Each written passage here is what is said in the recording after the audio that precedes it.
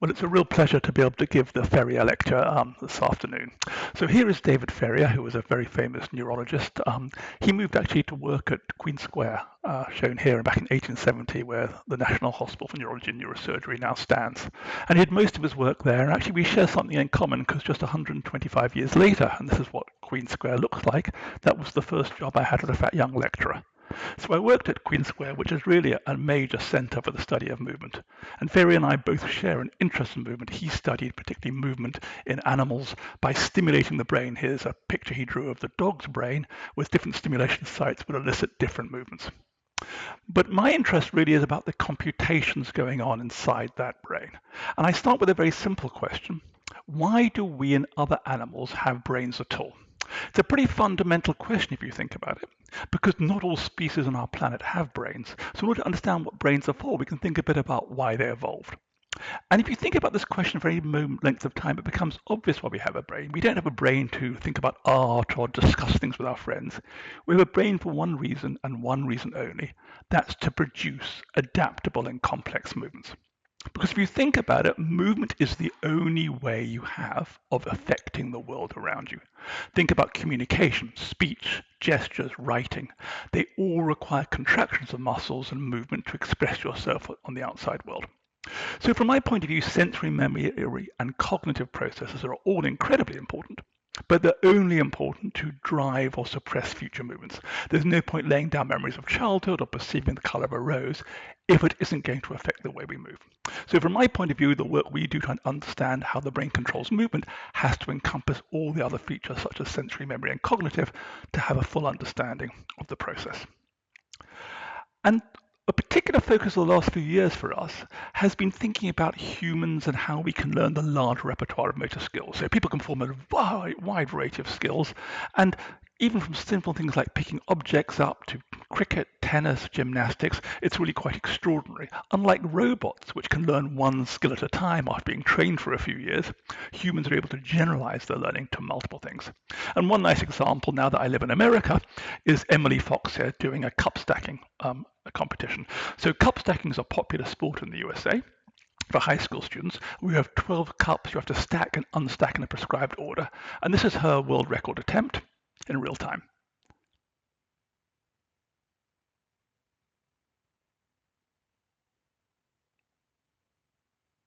So that's pretty impressive. Now, we have no idea what's going inside her brain that allows her to control her body with that sort of time and precision. And what we try to do in my lab is try to reverse engineer how the brain works to try and understand the computations involved. And to do that, we use a computational approach to the brain. We try to generate models, to test models experimentally. And there's a good reason that I particularly like a computational approach to the brain.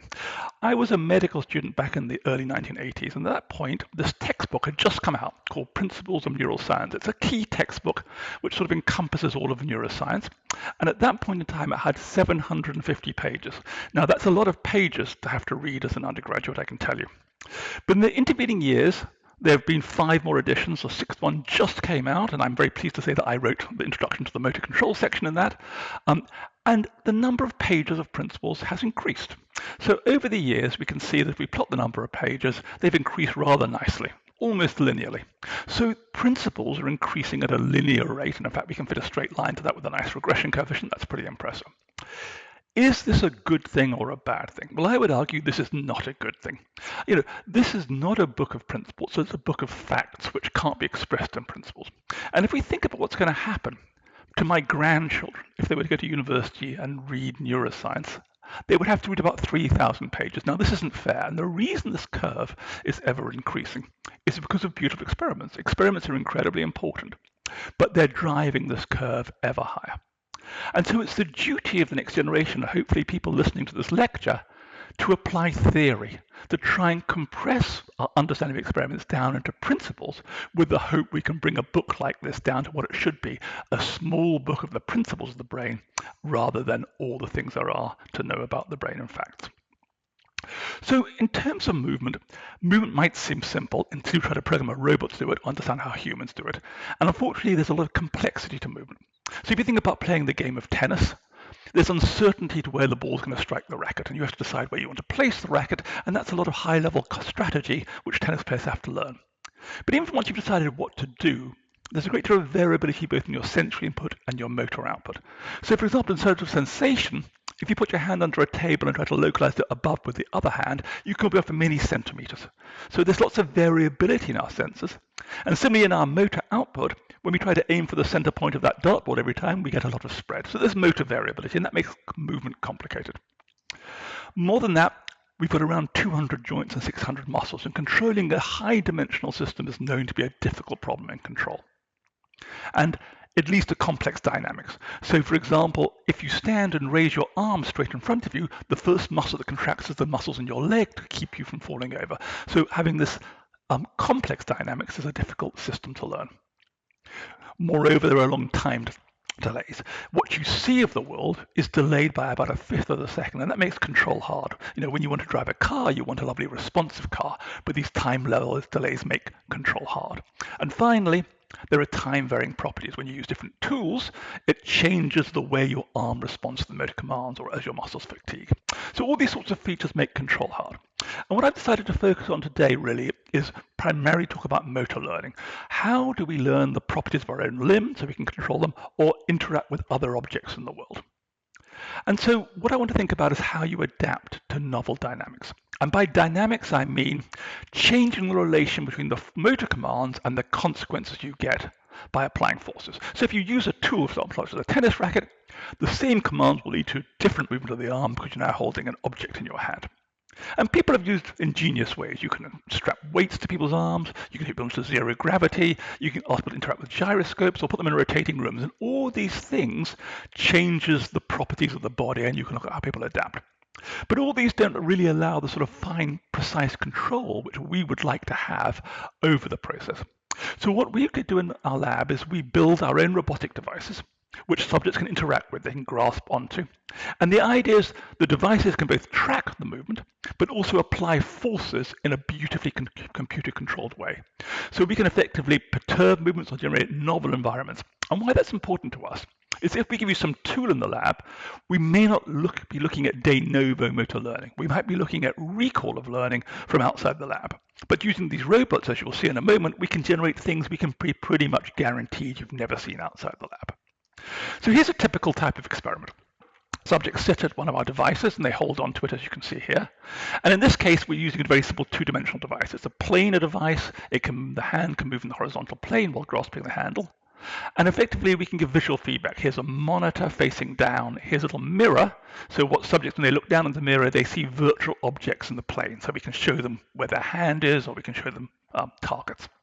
And then we can ask them to make reaching movements to such targets. And if we do that when the motor's turned off, for example, what we call P0, no perturbation, they make nice straight line movements to the target, and it's all very easy. But then we can be a bit mean. We can put on our force field. And what we do is we measure the speed in the X and the Y direction, and we apply a force field shown by these blue arrows, which show the force that the robot will apply. And in this case, the magnitude of the force is always proportional to the speed. So the faster you go, so the center here means you're not moving, the faster you go, then the bigger the force on the hand.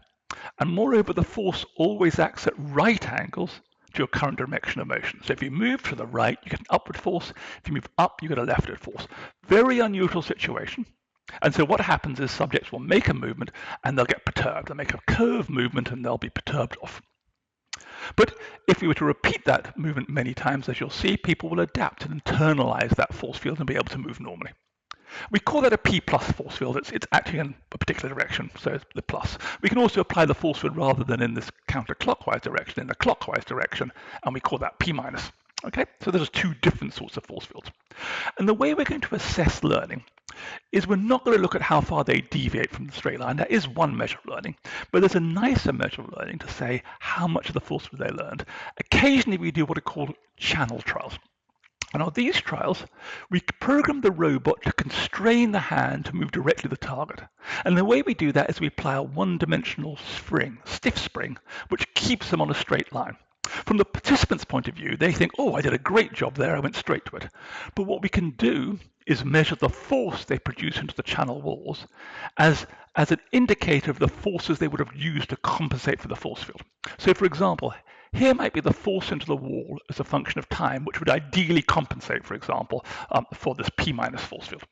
And if we look at what they do, for example, shown in blue, you can see they don't compensate very much early in learning. But late in learning, they may compensate a lot. And we can characterize this as the percentage compensation. So it tells us how much of the field have they learned. And a typical experiment shown here, run over about an hour. This is a measure of adaptation I've just talked about. So between 0, no learning, and 100%, they start off in the P0 field. When we go to the P+, over the course of an hour, they learn that force field up to about 80%. And that's typical. And interestingly, when they've learnt it, they also don't perceive the force field as being there. So once you've sort of learnt these things, you're not even aware of those dynamics. Okay, so let's talk a little bit about how you can learn multiple things at the same time in the same space, because it's been an interesting phenomenon in the field. So what I'm going to ask subjects to do is move from this point here to a target going through a P+ force field. Okay, and there's a little green light on here, which is totally irrelevant to them, but it's going to tell them the direction of the force field. So if the green light is here, they're going to get a P+ force field. And if the green light is over here, they're going to get a P- force field. And every trial, we randomly select a P+ or a P-, and we then show them the appropriate light before. And so we alternate these trials. Now I'm showing them separated in space, they're not really separated in space. And then what we can do is occasionally we do a channel trial to assess learning. And then we can ask, how well can they learn? And you might think, well, this is easy. You're telling them which field they're going to get based on this cue, and therefore they should be able to learn these two fields. And what we see in this case is effectively, over the course of an hour, they can barely learn anything. They can't learn anything at all. So there's no learning of these two force fields if there's a static visual cue to cue you to what the force field is going to be. But instead of using that cue as a static cue, we can make it part of the task. Now we ask people to start the movement from that cue, make a movement to the start point with no force on, and then go through the force field. And if they start from the left, then the force field will in this case be a P+. If they start from the right, the force field will be P-. So the lead-in movement basically tells them what force field they're going to get. Okay. And what we find in this case, what we do is we ask them to dwell for different amounts of time at this fire point. If we ask them to wait here for a second before they go through the force field, there's no learning. If they only have to wait for half a second, we begin to see some learning. If they only have to wait 150, we see more. And if they don't have to wait at all, they basically touch down for 50 milliseconds, we see substantial learning. So what this suggests is as long as the motion of the hand was different in the 500 milliseconds or so, the half second or so, before going through the force field, it allows you now to separate out and store these separate memories. Okay, so there's something special about movements. If it's longer ago, the differences, it doesn't help you. And if the past is important, we wondered whether the future could also be important. And by the future, I think about this. We have a group of subjects now who again just make a single movement through a P+ or a P- force field randomly interleaved, and there's just this target here, which is on the left or the right, which is irrelevant to the task, but it does tell them what force field they're going to get. And in this group, we see no learning. But in the second group, we tell them that they have to follow through. So they go through the force field, and they follow through to the right, or they follow through to the left, and the direction of the follow through will basically tell them what force field they're going to get. And what we find in this case, that when they know they're going to do a different follow through, even though it happens after they go through the force field, it allows them to learn. And this is interesting. It suggests that what you're going to do in the future can actually affect the learning that you have before that future. And the reason that's interesting to us is it's always bothered me that in sports, people are told to follow through. For example, and once you let go of a ball or make contact with the ball, whatever you do after that can't affect the flight of that ball. But if what I've just told you is true, if you were to make a consistent follow-through when learning a skill, so always the same follow-through, you'd be putting all that learning of that skill into one memory. But if you were to make different follow-through each time, for example, after the skill, you'd be spreading your learning over multiple memories if what you're going to do in the future affects which memory you store the skill in. So we looked at exactly this. We had one group of subjects who were learning just a simple P+ field, and they always made a consistent follow-through. And another one learning again the P+, but at each trial they made a different follow-through to one of these targets. And if we look at the learning of this very simple skill, the learning in the red group, the consistent follow-through, is significantly faster. So one reason we think that you might want to do the follow-through and make it a consistent follow-through is that it might lead to better learning the skill. There are many other reasons you might want to follow through. I don't want to argue this is the only one, but it might be one that contributes to the reason for that follow-through. And in terms of the follow-through, we can ask, what is it about the follow-through which is critical to separate out these memories? So here is actually just a replication, two more groups, a no follow-through group and a follow-through group who learn. But we can ask, what happens if you execute the follow-through on it, but you never get to plan it? So we have a group of subjects who start the movement either in the P plus or the P minus field. Halfway through the movement, we turn on the follow-through target and they follow through. Okay, so they get to make the follow-through. And the question is, do they learn to associate that follow-through with the field such that when we do a channel trial where we have the follow-through target on now from the beginning, do we see learning? And the answer is we see no learning at all. So just executing the follow-through isn't enough to see this effect. What about planning the follow-through but never making the follow-through? So in the second group of subjects, they get to see the follow-through target, so they plan to make the follow-through, but halfway through the movement, we turn off the follow-through target and they have to abort and end there. So they don't get to make the follow-through when they experience the field, but we ensure that they plan the follow-through by having many of these trials in which they do get to make the follow-through, but there's nothing to learn because they're in a channel. So that encourages them to plan. And we look at this learning in this group, they're just as good as the full follow-through. So it's interesting. What it suggests is it's nothing to do with the physical part of the body. It's got to do with the brain planning a follow-through. That somehow when you plan the follow-through, you put your brain into a different state than when you plan just a single movement, and that allows you to learn these two different force fields. So it seems to us that the recent past and recent future, if that's the right word, determines the current motor memory when you're in the same part of space, and planning may be important in execution. But I'd hate you to go away thinking the only way you can learn two things is by follow-throughs or lead-ins. There are other ways, and one thing which got interesting to us is tool use. So here are a bunch of amazing birds, each of which has evolved a unique tool for its particular ecological habitat. But we as humans are amazing at using all these tools and more. So we're generalists. We can build and then operate with these tools. And one question you might ask is, when I learn a tool, how do I learn the properties of that tool? Do I learn it as a physicist would, F equals ma, and when I learn a cup? Or perhaps the way I interact with a tool is important. For example, the lip of the cup is important when I'm drinking from it, and there's a compliant relationship between my lip and the lip of the cup. Whereas when I'm putting the tool down, what's critical is the base of the cup and the frictional properties. And those have completely different dynamics. So perhaps you learn different parts of the tool's dynamics differently. And to test this idea, we did a simple control point experiment. Subjects get to operate on a virtual object. You can see it here. This is what subjects see in the virtual reality. And you can see them holding onto the handle. And there are different points in the tool we can ask them to control, and here's a target. So the first thing we can do is ask subjects to always move the central point in the tool to a target. And as they move the tool translates with them. And when they do that, we put on this irrelevant target either on the left or the right, which tells them the field they're going to get, as in the previous experiments. And not surprisingly, these subjects can't learn anything at all. But we can take a new group of subjects and give them just the same force fields, but just a slightly different instruction. We tell them now, when this left target comes on, move the left control point to the target. And when the right target comes on, move the right control point. Now, the movement required to do both of these is exactly the same as this group of subjects, just moving straight ahead. And again, we have the force field. So they experience the same movements, exactly the same fields. The only difference is they think they're controlling the left or right control point. In this case, they can see remarkable learning. So it suggests that actually we can learn different dynamics for different points in a tool, which we think might be important in terms of the way we learn.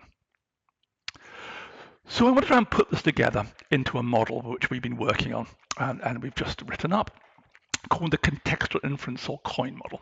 So it's called contextual inference because what it says is that the heart of motor learning, or these sorts of adaptation paradigms, is the fact you have to estimate context. And the reason we like the word COIN is, as I'll say, it's going to be a probabilistic model. And so the idea is there are different contexts in the world. So for example, my hand is free in space here as I'm making tea. I then handle the kettle. I then move on to free in space. I handle the teapot, free in space again, and back to the kettle. And so we could label these things as contexts. They're things which change discretely over time, and each one's associated with a different sort of dynamics. And here I've labeled them. The cyan one is the kettle. The green one would be the hand in free space. But within each of these contexts, there are states. So not all kettles are the same. As I pour from the kettle, I'm changing its properties. And similarly, as I swish the teapot around like this, I'm changing the dynamics. So with each context also has states associated with it. And so what we've been working on is a Bayesian probabilistic model. The idea is the learner, that is you, has learned the generative model, how the world generates data. That is, you've learned there are contexts which can transition over time, there are states within contexts, and states can change over time, and you've learned that how sensory data, which are sensory cues, for example, the visual properties of objects and sensory feedback, the feeling of the arm, are generated. And your task then as a learner is to infer from your continuous stream of sensory motor experience the fixed parameters and variables in the system of the model at each point in time. So you might want to estimate, for example, how many contexts are there in the world, which context am I in, what's the state of that context, what context might I go to next, all these things. And that's a hard problem. So we've built a model which can do that. And so rather than hand labeling it, it automatically does all the features we want of learning. So the COIN model effectively is a model of motor repertoire learning. It deals with the issue of when should I create a memory? How should I express all the memories I've got now, and how should I update those memories? Now, I don't have time to go through the maths of it, but instead I'll just give you a toy simulation and an example of it actually in practice.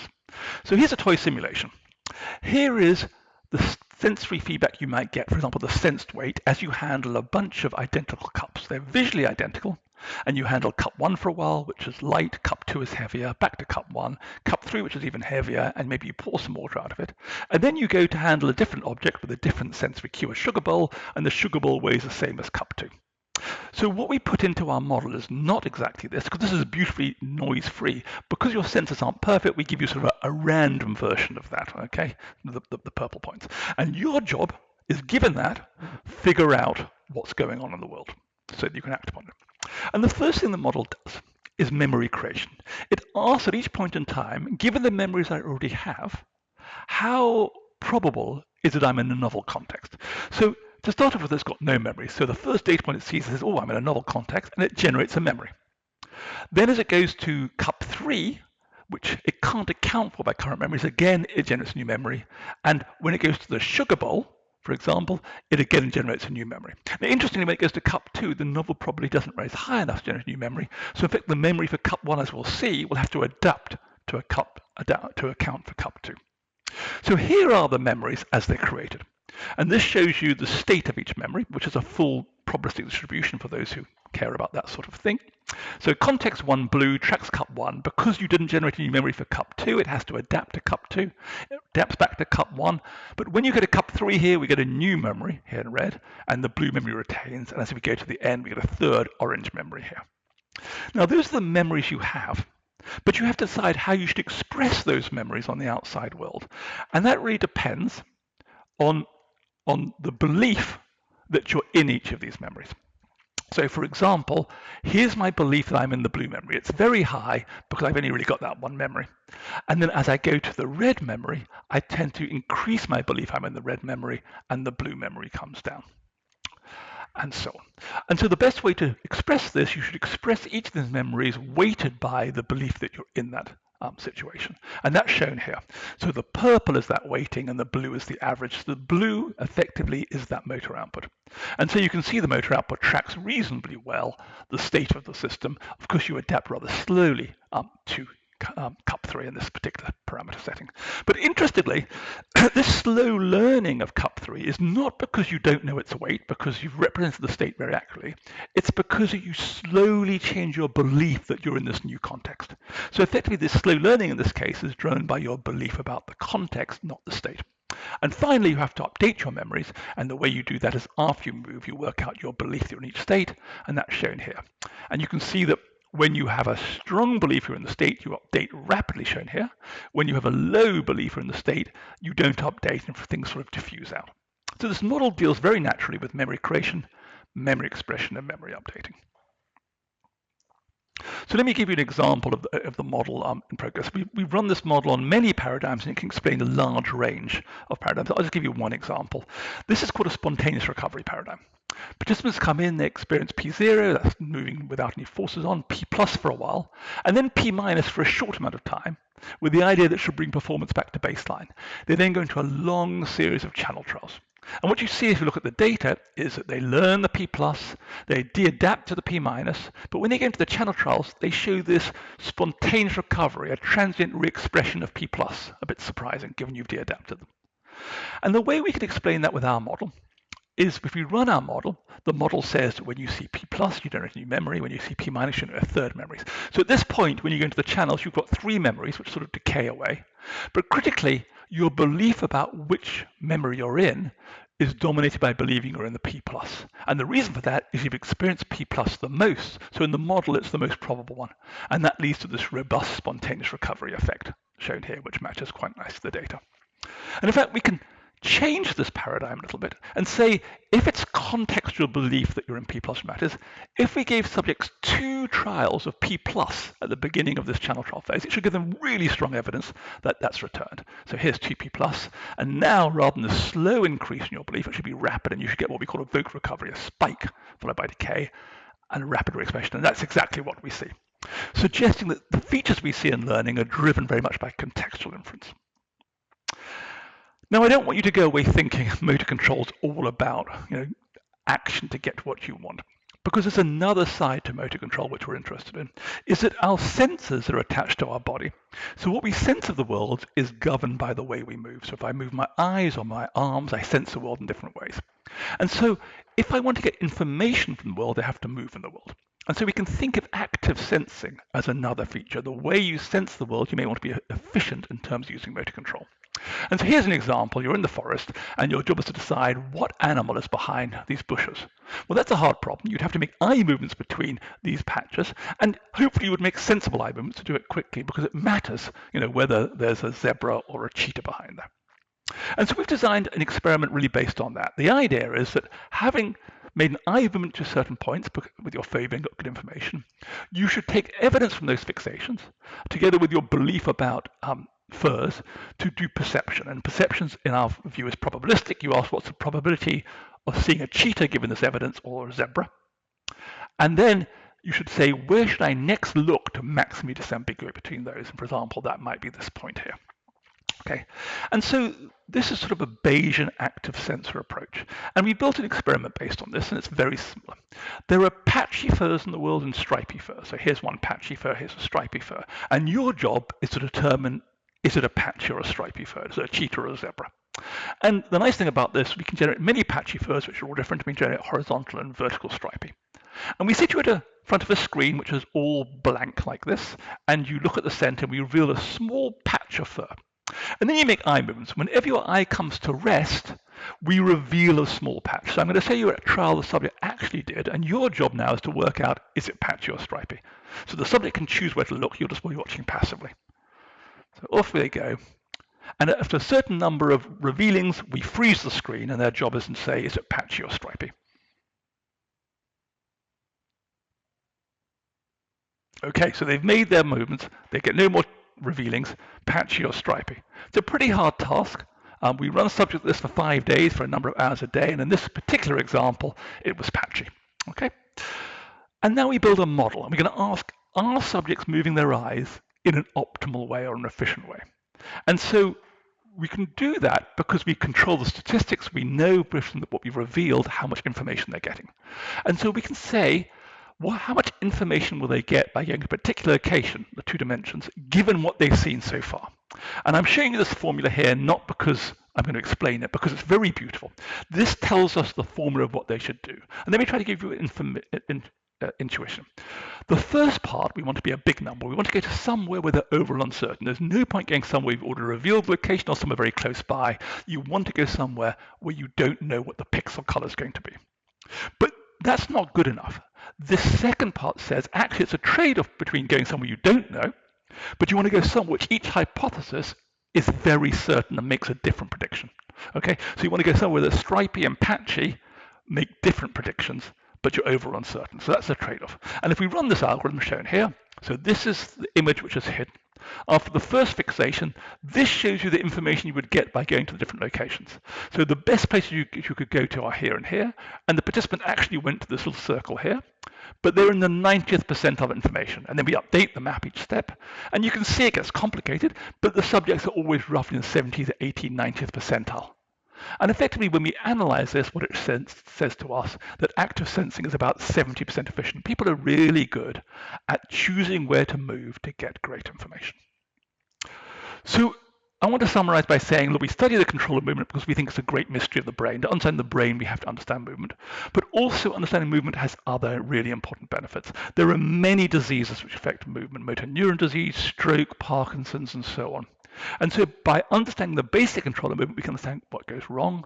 Also, by understanding natural learning mechanisms, it can be applied for rehabilitation. And of course, if we really understood movement in humans, we could apply that to robotics. So finally, I hope I persuade you the brain has evolved to control movement. It devotes a great deal of effort to motor learning. But the work I performed here and all the work over my career has really been driven by many people. Here I've listed all the people I've collaborated with, actually sorted by the number of papers I have with them, quite a lot there. I want to thank my current group here who have really been very supportive, particularly during the pandemic time, and thank my funders, in particular the Royal Society, who funded me for 5 years with the Royal Society Research Professorship when I was at Cambridge. And I want to remind you that when you see simple creatures doing motor tasks, the actual complexity of what's going on inside their brain is really quite remarkable. Thank you very much. And thank you, Daniel, for an absolutely wonderful and really clear lecture. Absolutely fascinating. So I'd like to invite participants now to submit questions through Slido. They'll be monitored by the Royal Society office and then passed on to be addressed to Daniel. And the first one that's come through is: compensation for sensory delays can't be perfect, or bad light would not stop play at cricket. What are the limits of compensation in motor learning? That's a very good question. So in fact, a lot of my PhD was looking at the issue of time delays. So delays are problematic, and there are two ways to get around them. The one which we favor is prediction. So we believe that the brain has really excellent mechanisms to predict the future. So that rather just rely on the sensory information you're getting now, you have models which both predict what's happening in the outside world and predict what your limb is going to do. So rather than running on now, you're running on a prediction of the future. Now, as you're right, as things get dimmer and dimmer, the delays get longer and longer, and you have to learn to predict further ahead so it becomes more variable. But prediction is a key phenomenon. The other phenomena is intermittency. So those of you who don't have thermostatic showers know that you don't keep turning the knob to get the temperature. You turn the knob, wait for the delay to go, and then keep turning that knob intermittently. And that's another strategy humans use when they make eye movements, for example. They do intermittent movements. So those two mechanisms work quite well. But certainly the longer the delays, once the delays get to about half a second, which you can do experimentally, people become very unstable. And in fact, that's what's believed to happen in cerebellar patients. So cerebellar patients lose this predictive mechanism and they have a tremor when they move. And that tremor is a sign of the delays which they can't compensate for. And a related question, I think, does a lack of sensory feedback, so for instance, individuals with A beta, A alpha deafferentation, affect learning? Yes, I mean, terribly. So it's interesting, people always are fascinated by vision. So if you lose vision, you become blind, your motor system is really not affected. You can become the head of the Home Office and so on and so forth. But if you lose sensory information, you are really debilitated. There have been several famous cases where people get viral infections. They lose their sense of touch, for example, in their arms, and effectively it's incredibly incapacitating. Only one person learned to walk again after that. Most can't learn that again. So we really need the haptic and sensory feedback for motor learning. And when you lose that, it becomes incredibly hard to control movement. The only way you can do it is with vision. So this man, Ian Waterman, who was the famous man who lost it, he can only walk by concentrating and using vision to walk very slowly. And if you try to talk to him while he's walking, he has to stop walking because he can't do the two things at once. So you really need that sensory feedback. And I think the next one's exploring this idea that really the brain is for the control of movement. I always get attacked on this one. Do you believe such learning facilitated by our brains is for the survival of our genes? If so, what do you make of other things we now use our brains for, dictated by culture, like art and poetry and music? Absolutely. I mean, look, the best way to get your genes into the future is to be able to draw and write poetry. But let's remembering, drawing and writing poetry all require action. It's all a motor control thing. You can't write poetry or draw without contracting your muscles. So it's a very fundamental level. I'm not saying all cultures work. I'm just saying you've got to remember the only thing we can do without action, without contraction of muscle, is sweating. So that's the only other way of controlling the world around us is sweating. But everything else is through contractions of muscles. And I'm not saying, be very clear, that if you can't move through some disease, it's worthless. It's an evolutionary argument that effectively action is the only way to affect the world around you and to promote your genes. So when it comes to prediction, which aspect of the action is most essential here? For instance, timing, spatial coordinates, forces, so that the feedback can be matched against the prediction. I think they're all important. I think what we believe is the prediction of your body is very different from prediction of the outside world. So predicting a cricket ball flight versus predicting what my arm goes to, I think, is a different mechanism. So what we've shown is that people are incredibly precise about predicting their own body. So a very nice example, which I could possibly do here, if you hold an object between your thumb and your finger, you can measure the grip force which you have, and you have to grip this with a certain amount of force or it will slip. But if I start to shake this up and down now, the force I require is going to oscillate due to inertia. And if you measure the grip force, you'll see it's perfectly in phase with the load force, as though I'm predicting the consequences and operating the grip. If I hold it and I jump up and down, the same thing happens. I can predict from my jump what's going to happen here. But if I'm clever enough to jump up and down, but compensate with my arm, so the object doesn't move in space, you see no modulation. So our brain is able to take into account the entirety of our body to make a prediction, both spatially and temporally, what's going to happen here. And that's excellent for our own movements. We are much less good at predicting the flights of balls or things in the outside world. And maybe that's not surprising. We've lived with our bodies all our lives, and external things are a bit less easy to predict. So I think, we can all predict our own bodies, but only the skilled tennis player can predict the flight of the ball with the precision needed. So I think it's both spatial and temporal we've shown. And in our early days, we showed that the reason you can't tickle yourself is because you make that spatial and temporal prediction. If you delay the tickle or spatially rotate it, it becomes ticklish, even if you're generating yourself. Can you change people's motor beliefs by verbal instructions? It's a good question. I don't think we know the answer. I think the answer is probably no. So we've done that robot experiment. We have a left robot and the two force fields. And we say to them, this robot's going to perturb you this way. This one over here is going to do this way. You can tell people cognitively they can walk between the robots and they can't learn to switch between them. So I think the cognitive domain doesn't really get into the motor system. The motor system is often not fooled by cognition. There's a very famous illusion called the size-weight illusion. If you pick up two objects, which are the same weight, but one's bigger than the other, so they weigh the same, you'll always think the smaller one is heavier because it's heavier than you expected. You always think that. Yet if you look at the grip force you apply to each, they're wrong to start off with, but by the third or fourth lift, you'll get it perfectly right. So the motor system knows they weigh the same, but your cognitive system thinks the smaller one's heavier. So I think there's often a dissociation. Your cognitive system can be fooled, we don't mind about that, but you don't want to fool the motor system or you're going to fall over or drop things. So the motor system is generally smarter than your cognitive system at these sorts of things. And to what extent are these really basic principles that you're uncovering being applied to people who are trying to train in motor skills? I mean, are they used for ballet dancers and for? Oh, for those, no. I think where we try to apply the most is for rehabilitation. So one of the problems with rehabilitation, if you have a stroke, you go to a physiotherapist or try to walk again, they put you on a treadmill or they give you a task. And what often you find is they do really well when they're on the treadmill, but the minute they come off, they've forgotten that skill. It's associated with the treadmill. It's as though they've learned the context there. So our current work, which is on context-dependent learning, is trying to work out how can we get skills where you train people in the lab to generalize outside the lab? How can you fool them that they're not in a different context effectively, so that they basically don't get this context-specific learning? So we're really trying to do that. I have been contacted many times by sports coaches. I don't get involved. I don't think I have anything to offer them yet, sadly. Following up on your answer to my previous question, do you think there are different predictive mechanisms for the body versus the external world? Yes, I do. I think so. As I said, our prediction, I think, of our own body is much better. And I think that effectively the reason the prediction is better is you generate the command, and therefore you know the motor command, which is going to affect how your body moves.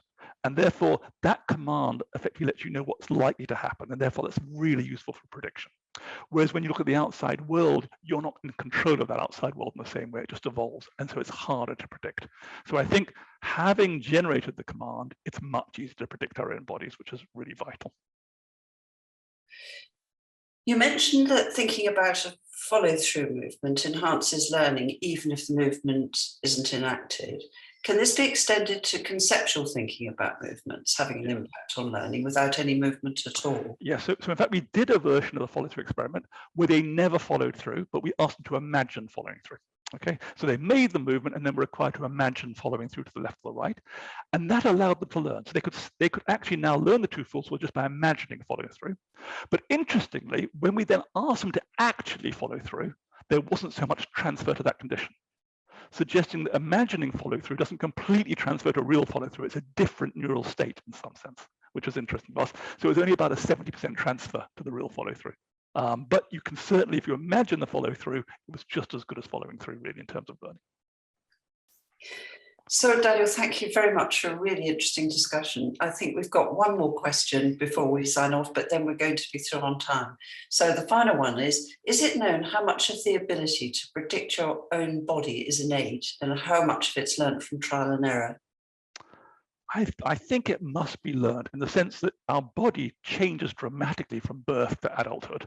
And so, first of all, you don't know what the size of your body is going to be. And as you put on weight or lose weight or put on things, the dynamics changes. So you have to learn the body. You know, what you've learned when you're a 4-year-old is not going to be applicable when you're an adult.